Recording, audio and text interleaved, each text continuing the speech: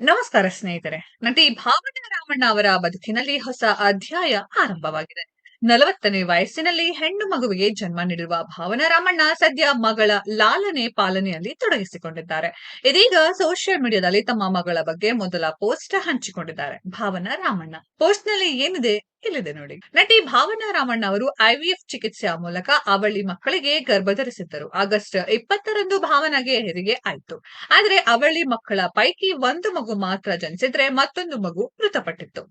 ಅವರ ಈ ಪಯಣ ದುಃಖ ಸಂತೋಷದ ಮಿಶ್ರಣದೊಂದಿಗೆ ಮುಂದುವರಿಯುತ್ತಿದೆ. ಸದ್ಯ ಮಗಳು ರುಕ್ಮಿಣಿಯೊಂದಿಗೆ ಈ ಹೊಸ ಜೀವನದ ಬಗ್ಗೆ ಭಾವನಾ ರಾಮಣ್ಣ ಪೋಸ್ಟ್ ಹಂಚಿಕೊಂಡಿದ್ದಾರೆ.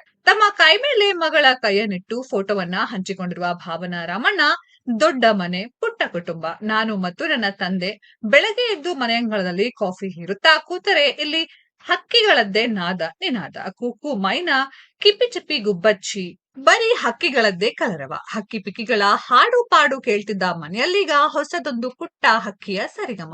ಮನೆಯ ಗೂಡಲ್ಲಿ ಚುಂಚಿಯು ಸದ್ದು ಮಾಡ್ತಿರುವ ಈ ಪುಟ್ಟ ಹಕ್ಕಿಗೆ ಏನೆಂದು ಹೆಸರಿಡುವುದು? ನಮ್ಮನ್ನು ನಯವಾಗಿ ಬಂಧಿಸಿದ ಸುಂದರ ಬಲೆ. ಇದು ಹೊಸ ಪ್ರೀತಿಯ ಅಲೆ, ವಿನೂತನ ವಿಸ್ಮಯ ಎಂದು ಸೋಷಿಯಲ್ ಮೀಡಿಯಾದಲ್ಲಿ ಪೋಸ್ಟ್ ಹಂಚಿಕೊಂಡಿದ್ದಾರೆ. ನಟಿ ಹಾಗೂ ಭರತನಾಟ್ಯ ಕಲಾವಿದೆ ಭಾವನಾ ರಾಮಣ್ಣ ಅವರು ತಮ್ಮ 40ನೇ ವಯಸ್ಸಿನಲ್ಲಿ ಹೆಣ್ಣು ಮಗುವಿಗೆ ತಾಯಿಯಾಗಿದ್ದಾರೆ. ಭಾವನಾ ರಾಮಣ್ಣ ತಾವು 6 ತಿಂಗಳ ಗರ್ಭಿಣಿಯಾಗಿದ್ದಾಗ ಐವಿಎಫ್ ಮೂಲಕ ಅವಳಿ ಮಕ್ಕಳಿಗೆ ಗರ್ಭ ಧರಿಸುವುದಾಗಿ ಗುಡ್ ನ್ಯೂಸ್ ಹಂಚಿಕೊಂಡಿದ್ರು.